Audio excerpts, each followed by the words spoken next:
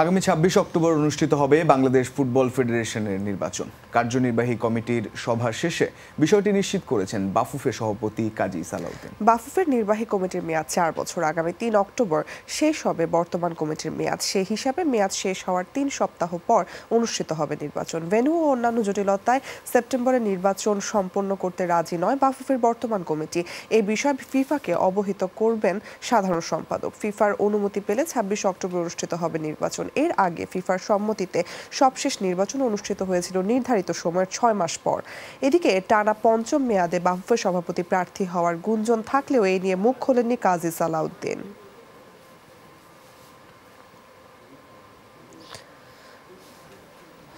আমরা ২৬শে October we have fixed the date for election, যেটা ধরেন আপনার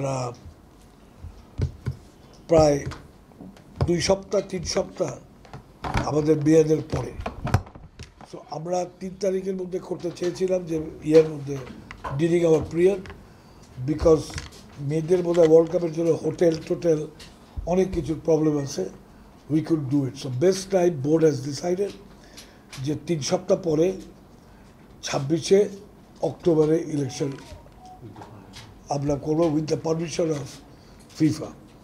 So the General Secretary have been ordered to write to FIFA রিজনগুলো দিয়ে যে কেন ৩ তারিখের থেকে ২৬ তারিখে হয়েছে।